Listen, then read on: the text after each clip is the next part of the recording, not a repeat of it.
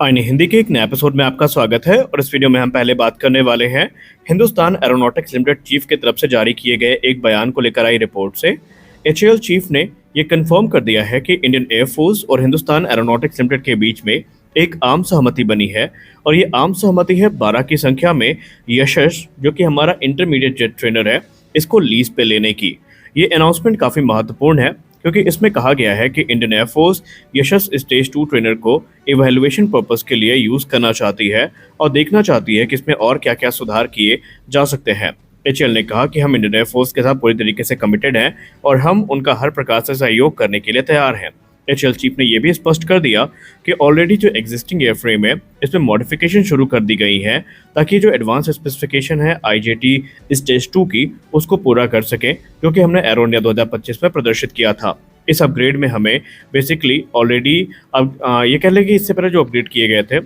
उसमें हमें state of the art full digital cockpit देखने को मिला है, जो कि पायलट ट्रेनिंग को काफ़ी इन्हांस करेगा। हालांकि डिलीवरी को लेकर के कोई ऑफिशियल टाइमलाइन तो डिस्क्लोज नहीं करी गई है, लेकिन मीडिया संस्थान की बात माने तो एचएएल बेसिकली जो शुरुआती 2 से 3 एयरक्राफ्ट का पहला बैच है उसकी डिलीवरी अगले वर्ष शुरू करेगी और पूरे 12 एयरक्राफ्ट 2027 के अंत तक डिलीवर कर दिए जाएंगे। इंडियन एयरफोर्स के पास 3 वर्ष का समय होगा जहां पर वो इसको इवैल्यूएट करेंगे और स्टेज 2 ट्रेनर के लिए इनकी जो सूटेबिलिटी है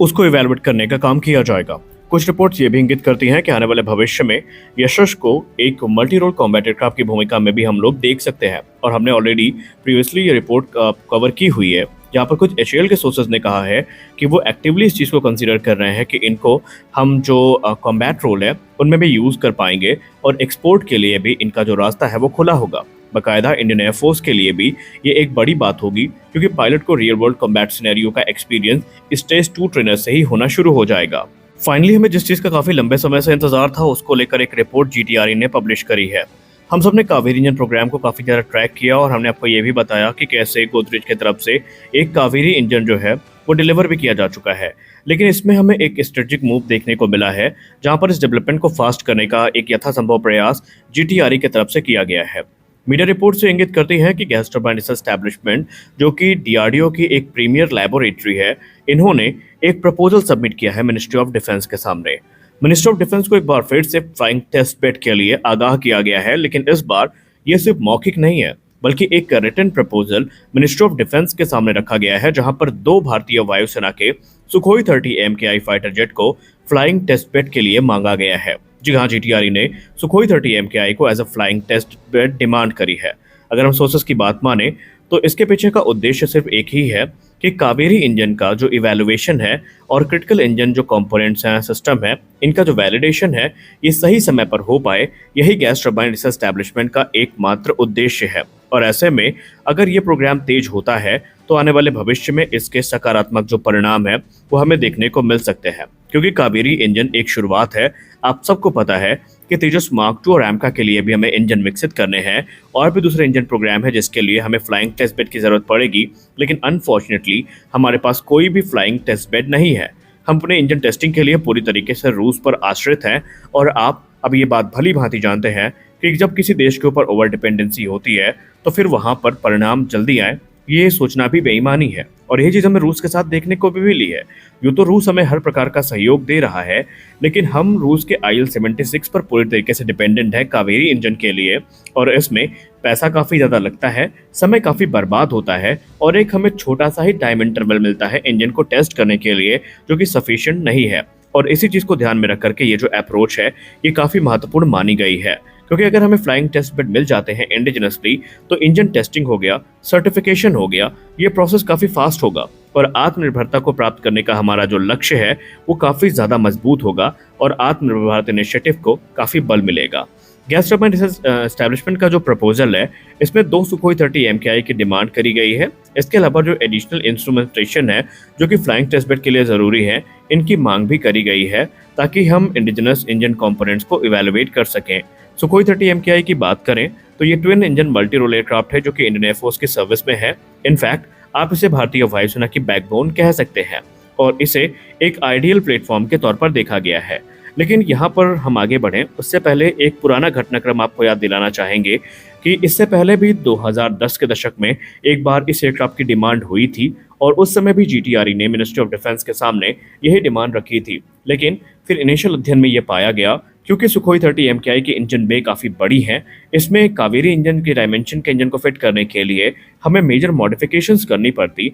इसीलिए इस प्रस्ताव को उस समय ठुकरा दिया गया था। तो सवाल ये उठता है कि ये जानते हुए भी कि हमें इसमें समस्याओं का सामना करना पड़ेगा, क्या जीटीआरई तैयार है? हमें तो ऐसा लगता है कि वो तैयार है, और अगर ऐसा हो गया तो फिर हमारे जो इंजन टेस्टिंग है वो काफ़ी फास्ट हो जाएगी, क्योंकि हम जो एडिशनल इंस्ट्रूमेंटेशन की बात करते हैं वो हमें इनेबल करेगी कि हम जो रियल टाइम डेटा कलेक्शन है फ्लाइट टेस्ट के दौरान उसको प्राप्त कर सकेंगे, और जो क्रिटिकल पैरामीटर हैं वो सुखोई 30 MKI जैसे रोबस्ट प्लेटफॉर्म की सहायता से ऑलरेडी देखे जा सकते हैं। अब इसका जो एक एनालिसिस है वो करना भी ज़रूरी होगा जीटीआरई के लिए, जहां पर वो ये श्योर कर लें कि सुखोई 30 MKI में जो मॉडिफिकेशन है वो किस लेवल पर होंगे और कैसे ये टेस्ट आगे बढ़ेगा। क्योंकि हम ये बात तो जानते हैं कि जीटीआरई कावेरी इंजन अपनी परफॉर्मेंस और रिलायबिलिटी का प्रमाण समय समय पर देता रहा है, और इसी चीज़ ने जीटीआरई का जो उत्साह है उसको बढ़ाया है। और अगर हम सुखोई 30 MKI को एज अ टेस्ट प्लेटफॉर्म देखते हैं तो जीटीआरई को फिलहाल जो ग्राउंड टेस्टिंग और ऑपरेशनल कंडीशन के बीच में एक गैप क्रिएट हुआ है उसको फिल करने का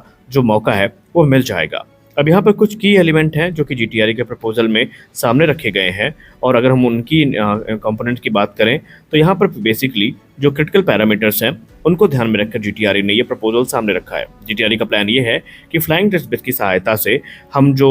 कावेरी इंजन के क्रिटिकल पैरामीटर्स हैं उनको टेस्ट करें और ये देखें कि किसी प्रकार की कोई कमी होती भी है या नहीं। हालांकि इसके लिए वो जो हमें ओरिजिनल इक्विपमेंट मैन्युफैक्चरर है उसका सहयोग भी लेना पड़ सकता है सुखोई के मॉडिफिकेशन के लिए। हालांकि उम्मीद है कि इसकी ज़रूरत शायद हमें ना पड़े, और एक बार जब कावेरी इंजन इसमें इंटीग्रेट हो जाएगा तो फिर हम बहुत सारे पैरामीटर जिसमें थ्रस्ट हो गया, फ्यूल एफिशिएंसी हो गई, थर्मल डायनेमिक्स हो गए, स्ट्रक्चरल इंटीग्रिटी हो गई, रियल वर्ल्ड फ्लाइट कंडीशंस हो गई, इनको टेस्ट कर पाएंगे। और ये हमारे लिए बहुत बड़ा एक प्लस पॉइंट होगा, क्योंकि ऐसे में जो डेटा कलेक्ट होगा उससे हम जो किसी प्रकार की अगर दिक्कत है उसको आइडेंटिफाई करके रिफाइन कर सकते हैं। और इसके अलावा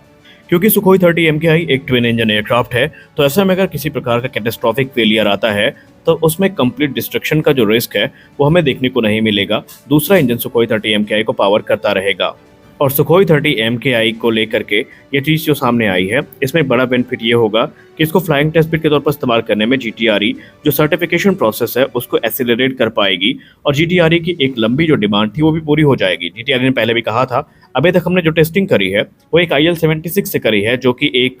कॉम्बैट एयरक्राफ्ट की तरह कैरेक्टरिस्टिक को नहीं रखता है। हमें जेट इंजन को टेस्ट करने के लिए एक फाइटर जेट ही चाहिए होगा, ताकि हम हाई स्ट्रेस सिनेरियो में ये देख पाएं कावेरी इंजन कैसे परफॉर्म करता है। आप इनके इस निर्णय से कितना सहमत है? क्या आपको लगता है कि मिनिस्टर ऑफ डिफेंस को तुरंत ये प्रपोजल मंजूर कर लेना चाहिए? अपनी राय कमेंट सेक्शन में जरूर दें। मिलते हैं अगले वीडियो में कुछ अपडेट्स के साथ, तब तक के लिए जय हिंद।